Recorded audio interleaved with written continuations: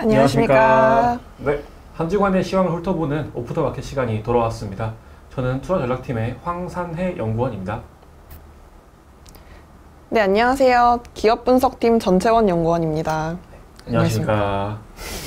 네, 저희도 이번 주도 돌아왔습니다. 맞습니다. 네, 이번 주 역시도 진짜 변동성이 미쳐버린 그런 엄청난. 한 주였던 것 같은데 네.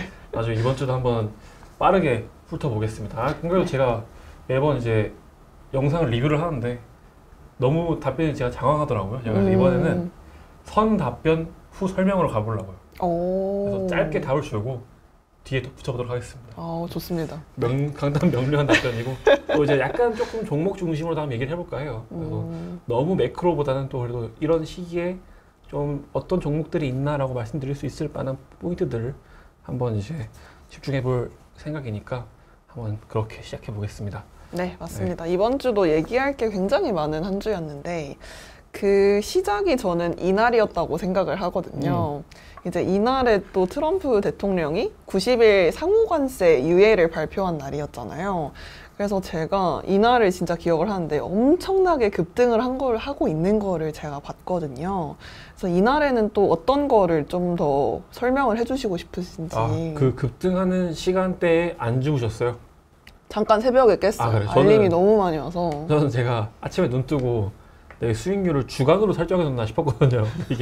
왜냐면 이게 12%가 떠버리니까 나스닥 같은 경우에는. 그래서 이 수많은 밈들을 만들어냈던 그런 시장이었던 것 같은데 이날 같은 경우에는 진짜 거의 모든 그 섹터 가릴 거 없이 다 급등했던 것 같아요. 그러니까 하지만 제가 이제 사실 이 제목에서도 이렇게 보이다시피 굳이 트럼프 관세 유예 SNS라고 했던 이유가 그런 거였어요. 관세 유예를 SNS를 통해서 말을 하는 게 좀 기분이 나빴어요, 저는 솔직히. 그러니까 이게 전반적인 그 미국이라는 국가, 지금 요새 계속 이슈가 되잖아요. 사실 뭐 미국에 대한 신뢰니 뭐니 하고 말이 나오는데, 그래서 눈 떠서 급등을 해서 이유가 뭐지 하고 찾아보다가 이걸 SNS를 통해서 얘기를 하는 게 조금 이제 기분이 나빠가지고 그래서 약간 제목에다가 티를 내봤는데 하여튼 뭐 이날은 일단 그랬습니다. 네. 깨알 같은 설명이었습니다. 아니 그래서 아까 말씀하신 것처럼 나스닥이 한 12%가량 오르고 또 네. 경기 소비재랑 IT 섹터도 되게 아웃퍼폼했던 날로 저는 기억을 하는데 이날 또 이제 빠질 수 없는 엔비디아가 또 엄청나게 급등을 했잖아요. 그래서 저는 이제 관세 영향도 있고 트럼프 대통령이 그 H20 그 칩을 네. 그 규제를 좀 안 하겠다고. 규제를 이제 철회하겠다 그렇죠. 가능성이 약간 보였던 보였어서 그것 때문에 좀 상승을 했다고 생각을 하는데 네. 이 부분이 맞을까요? 그 종목단 한번 보여주실래요? 네네. 페이지를 보여주시면은 저희가 이제 맨 위에다 적었었는데 말씀하신 대로 그러니까 이날 이제 나왔던 뉴스가 물론 당연히 매크로적인 이슈 베이스로다가 이제 전반적으로 성장주에게 되게 우호적인 환경이죠. 나스닥도 많이 올랐던 거고. 근데 이제 그 외로 이제 언론을 통해서 이제 트럼프랑 제스당이 우리 그 H20 반도체 같은 경우에는 좀 수출 규제를 좀 제외시켜 달라 아니면 좀 완화적으로 해달라 대화가 오갔다고 이제 나오면서 더 많이 올랐던 것 같아요. 근데 이제 하필 이 뉴스가 오늘 장이죠. 오늘 이제 아니다라고 이제 하면서 오늘 방송 촬영 기점으로 이후에 얘기하겠지만은 장 끝나고 지금 7% 빠지고 있는데 그러니까 이게 참 웃긴 것 같아요. 이 엔비디아 답변부터 드리자면은 엔비디아 같은 주식들을 접할 때 지금 성장주들이 많이 닫히고 있잖아요. 제 생각에서는 엔비디아를 바라보는 시점이 성장주라기보다는 조금 더 탄탄하게 바라봐도 될 것 같아요. 그 말인즉슨 이런 변동성에서 좀 투자 기회를 찾아볼 수 있는 종목이지 않나 라고 저는 좀 보고 있거든요. 네. 그러면은 지금 급락이 또 기회일 수도 있다. 그렇죠. 지금 의미로. 급등을 했잖아요. 네네. 또 급락을 했고 그 이후에 또 떨어졌고 또 올라가고 왔다 갔다 변동성을 보이고 있는데 사실 이게 왜 그렇게 얘기를 할 수 있냐면은 그러니까 지금 이런 변동성 장세에서 우리가 취할 수 있는 전략이 두 가지가 있어요. 그러니까 관세나 아니면 이런 경기 불확실성에서 좀 예외되어 있는 경기 방어적인 업종이나 아니면은 관세 외에 뭐 우리 한국 같은 경우에는 엔터나 소프트웨어가 많이 부각을 받죠. 관세에 영향을 안 받으니까 그런 부분들을 투자하거나 아니면은 미래의 구조적인 성장을 기대하면서 그런 성장주들을 지금 저가 매수를 할 수 있는 기회일 수도 있단 말이에요. 근데 이제 제가 이렇게 얘기를 하면 좀 신빙성이 떨어질 수 있으니까 이제 그 블랙록 CEO 아시죠? 레리 핑크 그 핑크 아저씨가 말씀하셨어요. 그러니까 이게 지금 당장 미국이 과거처럼 그런 신뢰 있는 시장이고 또는 뭐 기업들이 어렵지 않은 건 아니다. 그러니까 지금 기업이 어려운 상황이다. 하지만 이제 우리가 바라봐야 되는 부분들은 그 AI나 그다음에 인프라 같은 또는 뭐 데이터 센터 같은 부분들이 장기적으로 이제 좀 혁신이 이루어진 부분들은 기대감은 유효하다. 그러니까 한마디로 혁신이 좀 지연될지언정 장기적으로 봤었을 때는 유효하다. 우리가 팬데믹 때 급락을 했잖아요. 그런 종목들이 저번 주에도 아마 비슷한 말씀 드렸던 것 같은데 팬데믹 때도 급락을 했지만은 팬데믹 때 급락했던 저점을 잡든 고점을 잡든 우리는 엔비디아나 마이크로소프트로부터 수익을 얻었어요. 그렇죠. 그런 부분들을 좀 주목해 볼 필요도 있지 않나 싶기도 하고 그다음에 이제 추가적으로는 엔비디아 밸류가 그렇게 비싸진 않습니다. 사실. 그런가요? 그러니까 이거를 엔비디아가 우리가 뭐 20배, 지금이 PER 기준으로 23배 하더라고요. 포워드 PER 23배인데 S&P 전체가 지금 19배 정도 돼요. 진짜 괜찮은. 그러니까 이게 성장성을 우리가 바라본다면은 테슬라가 지금 사실 80배 막 이렇게 되잖아요.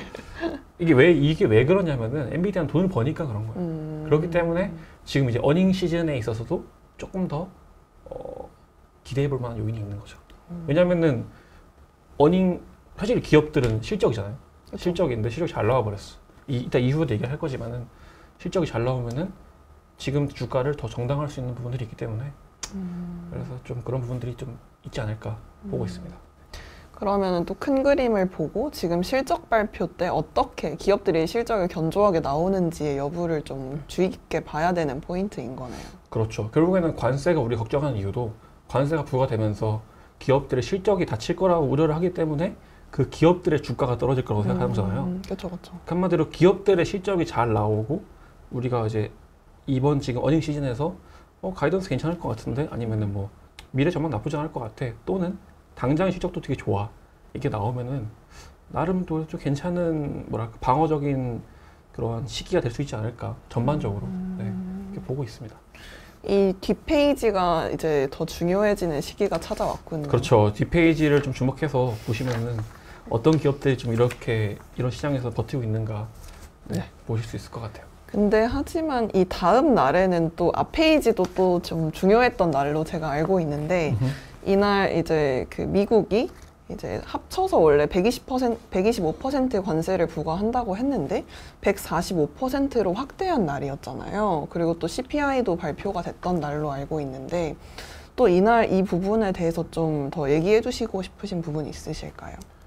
제가 이렇기 때문에 앞서서 SNS가 기분 나빴다 했는데 이것 때문에 그러니까 이게 시장에 환호를 한 다음에 또 이제 배신을 하잖아요. 맞아요. 그러니까 이런 부분들이 참 이게 좀 아쉽죠. 그렇기 때문에 미국도 좀 신뢰성이 많이 잃는다 말이 나오는 것 같고 뭐 이 부분에 있어서는 좀 결국에는 변동성 측면을 많이 부각할 수밖에 없을 것 같아요.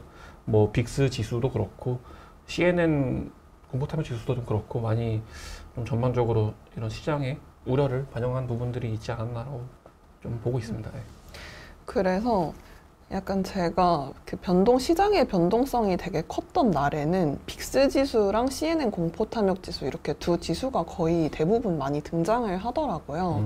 그래서 이날에도 이제 빅스 지수가 40포인트대로 급등했던 날이었는데 도대체 이 빅스 지수가 뭔지 좀 짚고 넘어가면 좀 좋을 것 같습니다.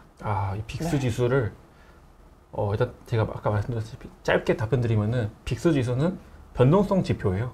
그리고 이런 변동성 지표가 그러니까 주가가 올라가도 올라가고 떨어져도 올라가요. 대신 빠르게 움직이면 올라가는 지표인데, 그러니까 이게 어떻게 구성이 되냐면은 이제 시장에서 쉽게 설명하자면은 시장에서 주가가 오른다 또는 주가가 떨어진다라는 뷰가 갈리면 갈릴수록 더 올라가는 지표예요. 네. 그러니까 이게 콜옵션, 풋옵션에 대한 그런 갭 차이를 이제 수학적으로 계산을 하는 건데, 그 부분을 이제 활용을 해서 시카고 옵션 거래소에서 이제 내는 지표인데 이 부분을 좀 주목해보면 좋으실 점이 뭐냐면은 시장의 공포 심리를 볼 수 있는 거죠. 그리고 이제 급등을 하더라도 공포가 생길 수 있잖아요. 그렇죠. 단기 급등에 대해서. 그러니까 이런 부분들이 보통은 이제 20포인트 정도 되면은 약간의 이제 좀 두려움이 존재한다. 30포인트를 넘어서면은 공포 심리를 좀 반영한다 볼 수 있고 40포인트 이상 넘어서면 이제 좀 패닉 정도 수준인 거예요. 그리고 이제 뭐 팬데믹 때는 60포인트까지 넘었었고 과거에 서프라임 모기지 때는 80포인트 넘었었거든요. 그래서 그런 시장이 어찌 보면 패닉 정도를 볼 수 있는데 약간의 홍보성이지만은 이런 옵션 거래소 옵션이나 이런 파생 상품에 대한 알 것 같죠? 네 그런 부분들이 참 이렇게 변동성이 심할 때는 수혜를 받거든요. 예를 들면 제가 천하제 해주대회에서 추천드렸던 CME 같은 기업이나 물론 이제 CME는 시카고 이제 상품 거래소고 얘는 CBOE라고 시카고 옵션 거래소 따로 있어요. 원래는 한 회사였는데 이제 지금은 분리되어 있는 회사인데 물론 이제 시카고 상품 거래소에서 또 많은 부분들을 이제 발표를 하니까 그러니까 이런 시기 때 이제 그런 거래소나 또는 뭐 이런 뭐랄까 주식 관련된 파생 상품을 거래하는 그런 기업들이 수혜를 받죠. 왜냐면 변동성이 심하니까 거래를 막 할 거예요, 사람들이. 그렇죠. 그래서 이런 부분들이 향후에 기업들의 실적으로 이어진다. 그래서 예를 들면은 CME 실적으로 나왔어요. 그럼 1분기 실적이 나왔는데 1분기에 시장 변동성이 어땠지? 보면 되는 거죠. 그런 식으로 판단을 해볼 수 있습니다. 진짜 말씀해주신 것처럼 변동성이 되게 큰 구간에서도 그냥 단순히 시장이 되게 변동성이 심하구나 말고 이 변동성을 바탕으로 수혜가 이제 어떤 기업에게 갈까를 좀 생각을 확장을 하면 좀 더 그렇죠. 좋은 투자를 할 수 있겠네요. 그게 늘 있는 패턴은 아니지만은 이제 변동성이 급격히 올라간 이후에 한 2, 3 정도 뒤에 저점이 잡힌다라는 그런 뭐랄까 패턴 또는 그러니까 뭐 트위터에 도는 그런 분석들이 있긴 한데 그거는 뭐 매 시장마다 국명마다 다른 거니까 이제 변동성이 급격히 올라가고 이제 좀 시장이 저점을 잡아가는 과정에서 이제 이것도 안정화되는 흐름이 나오면은 그 부분이 저점이다. 이런 얘기도 있습니다. 그래서 그런 변동성 지표는 좀 이제 지금 시장이 어떤 정도의 공포심을 가지고 있는지에 대한 지표를 보시면 될 것 같습니다. CM이 너무 흥미로운데요, 갑자기? 제가 설명을 다시 한번 클릭을 해주시면 제 영상을 네, 좋습니다. 그렇습니다. 네, 그래서 이 다음 날로 넘어가면은 이때부터 이제 은행 호실적이 계속 발표가 되고 그거에 대해서 뭔가 좀 그 좋게 나왔던 호실적이 발표되고 약간 이렇게 시작이 됐던 구간이었던 것 같은데 또 이날에는 또 어떤 것들이 좀 중요했을까요? 이날 같은 경우에는 이제 물론 이제 은행주를 중심으로 기업들이 실적 발표를 시작하는 모습도 나왔죠. 그리고 이제 그 외적으로는 이제 뭐 러트니 장관에 대한 말도 있었고 또 뭐 예를 들면은 그러니까 은행주들을 실적 발표하면 좋은 점은 그 은행 기업들의 JP모건 같은 대기업들의 CEO들, 제이미 다이먼 같은 그런 기업 그런 CEO들의 뷰를 우리가 볼 수 있거든요. 그런 부분도 좀 좋았던 것 같고 그런 부분들이 좀 시장에 자신감을 불어넣지 않았나 좀 보고 있습니다. 네. 그리고 또 이때 최근에 트럼프 풋, 연준 풋이라는 단어가 되게 많이 나오는 것 같은데 네. 되게 많이? 뭐 가끔씩 나오는 것 같은데 이런 단어가 나올 때마다 증시가 좀 반등을 하고 있더라고요. 반등을 하더라고요. 근데 이제 도대체 이 풋이라는 단어가 어떤 의미인지도 또 한번 얘기를 해주시면 또 좋을 것 같습니다. 근데 아마 바로 내일 그러니까 그 15일 시황에다가 썼을 것 같아요. 대학교 풋 제목에다가. 맞습니다. 네. 그래서 이따가 보시면 될 것 같은데 이제 풋이라는 말이 사실 이제 뭐 풋 옵션이잖아요. 하지만 이제 이거를 트럼프 풋, 또는 파월 풋, 연준 풋이라고 하는 이유는 이제 트럼프, 파월, 연준 이런 사람들이 시장을 어찌 보면은 반등을 시키는 그런 발언들을 한다. 뭐 시장이 급락했었을 때 이걸 좀 지지할 수 있는 그런 뭐랄까 완화적인 발언을 한다 이런 얘기인 거고 결국에는 이제 풋옵션에 대해서 설명을 좀 간략하게 드리면은 아마 아시겠지만은 풋옵션은 이제 주식을 또는 기초 자산을 미래에 팔 수 있는 권리잖아요. 네네. 예를 들면은 지금 엔비디아가 $100야. 더 빠지면 안 되겠지만 100달러이면은 일주일 뒤에 100달러를 팔 수 있는 권리를 우리가 풋옵션이라고 하는데 그렇게 치면은 이거는 엔비디아가 떨어지는 거에 대한 보험이잖아요. 그렇죠. 엔비디아가 80달러로 떨어져도 우리는 미래에 100달러를 팔 수 있으니까 한마디로 이제 급락에 따른 보험이라는 부분만 따와서 이제 표현을 하는 거예요. 네. 그래서 이제 우리 시장이 힘들 때 파월 의장이 나와서 우리는 금리를 내릴 거예요. 이렇게 얘기를 한다던가 경기가 나쁘지 않습니다. 이렇게 얘기를 한다던가 이런 부분들을 이제 누구누구 풋 이렇게 표현을 하는 부분이 있습니다. 그래서 최근에 많이 나오고 있죠. 사실 뭐 증시가 여차하면 빠지니까 급락을 하고 맞습니다. 그러면은 뭐 재무부 장관, 베센트 장관께서 나오셔서 채권 시장 나 괜찮다. 또는 뭐 트럼프는 SNS를 통해서 얘기를 하겠죠. 관세 좀 덜 매기겠다. 그런 거를 이제 풋이라고 그냥 줄여서 표현하는 것 같습니다. 그래서 이제 풋이 나올 때마다 좀 완화를 하겠다. 약간 이런 발언들이 있어서 그렇게 의미가 있었던 거네요. 그렇죠. 이것도 그냥 시장에서 쓰는 말을 편하게 이제 갖다 붙이는 얘기인 거죠. 저희 그 동물농장 했던 것처럼 그쵸. 네, 그런 느낌입니다. 그래서 방금 이제 언급을 해주셨지만 이 15일에 이제 제목에 쓰셨다시피 백악관과 연준의 풋 이걸로 인해서 채권 시장이랑 그 주식 시장 모두 강세를 보였잖아요. 그래서 또 이 날에 대해서는 또 어떤 거를 좀 주목하면 좋을지 좀 설명 부탁드리겠습니다. 그러니까 이제 주식 채권 시장을 쓴 이유가 그런 거였어요. 그러니까 그동안 나왔던 우려감 자체가 미국 자산에 대한 전반적인 매도세가 나오고 있다라는 우려가 나왔었거든요. 그게 뭐 주체가 유럽이든 중국이든 일본이든 단순 주식만 매도하는 게 아니라 채권도 매도를 하니까 그러면 금리가 올라가잖아요. 그러니까 시장 전반에 그러니까 미국 경제 전반에 충격이 가해질 수 있는 상황이었는데 이제 그런 부분들에 있어서 뭐 트럼프는 상무부를 통해서 관세에 대한 완화적인 표현을 하는 모습 나왔고 그다음에 베센트 재무장관이 이제 채권 시장 안정화에 대한 준비되어 있는 툴킷이 있다 이런 얘기를 하면서 전반적인 시장을 안정화를 좀 꾀하는 모습이 나왔던 것 같아요. 그래서 저는 사실 최근에 가장 큰 관심사가 미국 은행주들의 실적이 어떤지를 좀 제가 주의 깊게 보고 있는데 역시 금융 담당이셔가지고 맞습니다. 그래서 그 연구원님께서는 이번에 은행주 실적을 좀 어떻게 보셨는지도 한번 여쭤보고 싶었습니다. 은행주 실적이요? 네. 그쵸. 은행주 실적은 늘 되게 흥미로운 것 같아요. 사실 그러니까 미국 실적 발표 시즌이라 하면은 간략하게 흐름을 설명해 드리면 늘 은행주 먼저 나오거든요. 그러니까 금융주부터 시작해서 이제 뭐 금융주랑 항공주가 같이 나오고 보통 그다음에 유나이티드 헬스 같은 보험 업종도 나오고 이후에 뭐 스타벅스니 P&G니 아니면은 뭐 넷플릭스 이런 또 미국의 굵직한 기업들 발표가 있고요. 이후에 빅테크들이 나오고 메타, 애플 이런 애들이 나오고 그 다음에 소프트웨어를 거쳐서 엔비디아로 마무리가 되는 엔비디아가 주인공이긴 하죠. 그런 식으로의 흐름을 가지고 있는데 어찌 보면은 미국 어닝 시즌을 열어주는 그런 하나의 관문 또는 뭐 플랜카드? 힌트? 이렇게 볼 수 있는데 왜냐하면 금융주가 늘 나쁘지 않았어요. 실적이 큰 그 뭐랄까 SVB 사태나 그런 크레딧적 이슈가 있는 거 아니면은 미국 경기에 좀 경고함을 보여주는 그런 실적 발표기도 하고 이번 같은 경우에도 대부분 다 실적이 잘 나왔던 것 같아요. JP 모건부터 해서 저희 그 뒷페이지를 볼 수 있나요? 그 14일자 뒷페이지에 한번 써놨을 거예요. 네.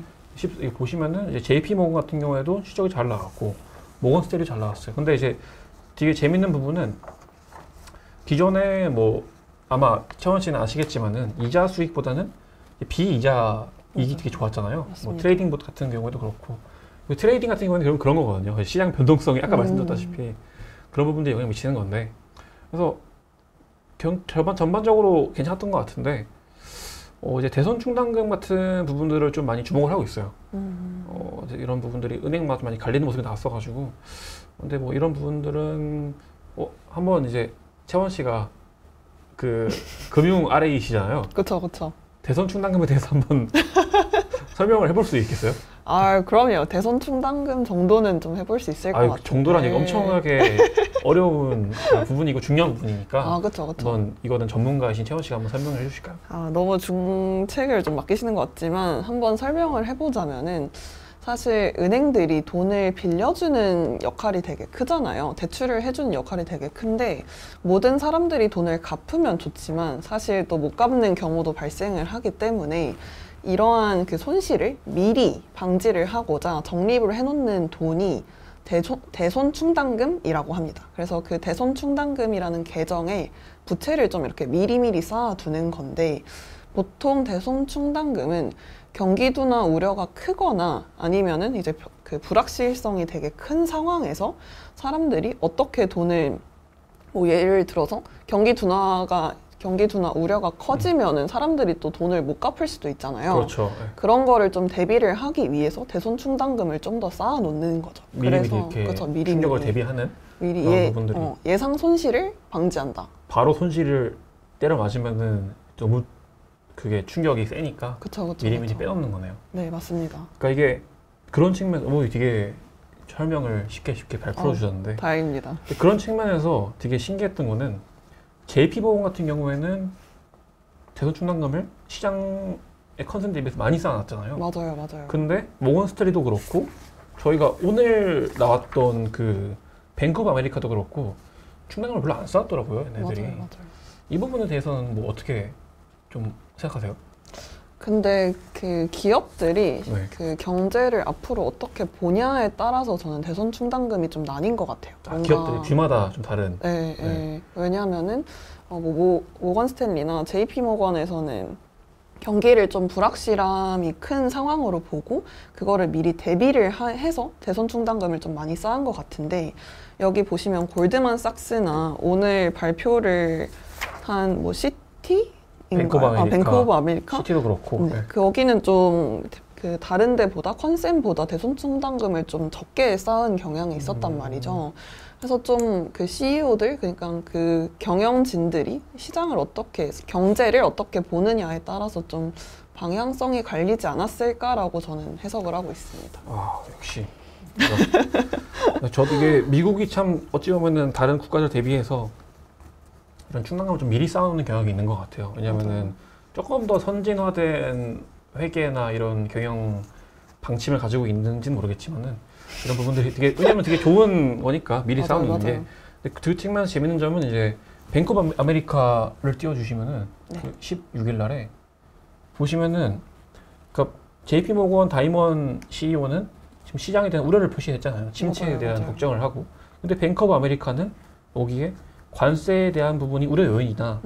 아직 건전한 고용과 소비 회복력을 감안했을 때 네네. 침체는 고려하지 않고 있다. 맞아요. 그러니까 다 뷰가 갈리는 거니까 그런 부분들에 있어서 이 팬데믹 때랑 좀 다른 부분이거든요. 팬데믹은 대부분 다 쌓아놨었는데 모든 은행들이 이렇게 은행들의 뷰가 갈리는 것도 참 재밌는 포인트인 것 같아요. 그래서 아까 말씀하신 것처럼 은행들 실적이 먼저 발표가 되고 그 CEO들의 뷰를 한 번씩 보는 것도 좀 좋은 투자 지표, 투자 방향성에 대한 생각을 할 수 있는 것 같습니다. 어닝 시즌이 첫 관문이니까 이게 이런 부분들을 우리가 참고를 하자면은 그 이후에 있는 P&G, 스타벅스 또는 뭐 3M 이런 큰 좀은 경기에 맞닿아 있는 그런 부분 그런 기업들에 대한 힌트를 좀 볼 수 있지 않을까 또는 전반적인 이런 시장 분위기를 그러니까 이번 어닝 시즌은 어떤 컨셉이다 좀 대충 힌트를 얻고 갈 수 있지 않을까 그렇게 생각을 하고 있습니다. 네. 네, 맞습니다. 그래서 이어서 이제 오늘 16일에도 은행들 실적 발표가 계속 지속이 됐고 또 이날에는 중국이 이제 그 무역 전쟁에 대한 그 폭을 비관세 영역까지 더 확대하는 기존에도 있었지만 비관세 영역에서도 좀 더 확대하는 움직임을 보였잖아요. 그렇죠. 그래서 이 부분에 대해서도 한번 좀 설명해 주시면 좋을 것 같습니다. 그러니까 이게 중국이 저번에 이제 히토류에 대한 수출 중단을 언급했었고 이번에는 보잉 항공기 인수를 이제 좀 중단 명령을 내렸다 이런 언론 보도가 있었던 것 같아요. 그래서 그런 부분들이 이제 관세를 넘어서 이제 더 비관세 부분 영역까지 무역 전쟁이 좀 확산되는 게 아닌가라는 우려가 있었던 그런 시장이었던 것 같습니다. 근데 이제 보잉 항공기 인수 중단을 명령을 했다고 하는데 이게 과연 미국에 어떤 타격을 주게 되는 건가요? 보잉 기업 네. 말씀이시죠? 네, 맞습니다. 그렇죠. 은근히 보잉이 그 미국 역시도 보잉에 대한 항공기 영업을 국가 단위로 하고 또는 다른 국가들도 보잉에 대한 구매 의사를 일종의 무기로 쓰는 경향이 있어요. 근데 그 이유가 뭔지를 대충 보여주는 사례가 뭐냐면은 과거에 보잉 737 맥스 항공기 사고 발생한 이후에 추락사고 발생한 이후에 전반적인 보잉 항공기에 대한 점검이 들어가잖아요. 판매 중단과 그때 나왔던 자료들이나 그런 연구 자료들이 보면은 보잉의 판매 중단에 따른 경기 충격 이런 부분들이 연구가 많았어요. 왜냐하면은 보잉은 어찌 보면은 미국 제조업의 좀 윗단이라고 해야 되나요? 항공기 한 대당 보통 한 2,500억 정도 하니까 5천억에서 그러면 그 밑단에 있는 공급망들이 다 닫힐 거 아니에요. 그래서 그때 당시에 좀 그런 충격들이 많이 나왔던 것 같고 그렇기 때문에 좀 미국 전반에 보잉 그러니까 타 국가의 보잉 구매 중단 의사는 미국에 대한 좀 뭐랄까 제조업 측면에서의 부진을 좀 초래할 가능성이 있지 않을까 하고 좀 보고 있고 관세 같은 경우에도 사실 보잉이 되게 재밌는 기업인 게 관세를 볼 때 보잉은 대표적인 아웃소싱 기업이거든요. 그러니까 날개서부터 해가지고 엔진은 미국에서 만들고 GE가 만들고 날개 뭐 몸통 아니면 배터리 이런 부분들을 다 다른 국가에서 만들어서 가져와서 조립을 해요. 근데 가져올 때 그럼 뭐가 붙겠어요? 또 이제 운임이나 관세가 뭐 붙겠죠. 관세.